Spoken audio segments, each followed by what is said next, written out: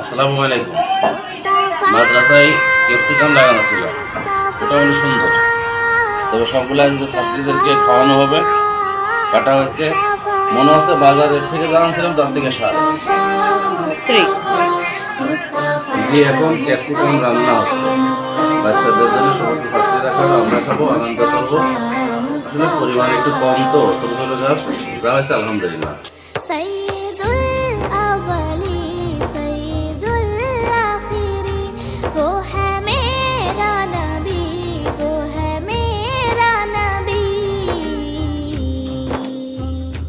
तुझसा कोई नहीं, तुझसा कोई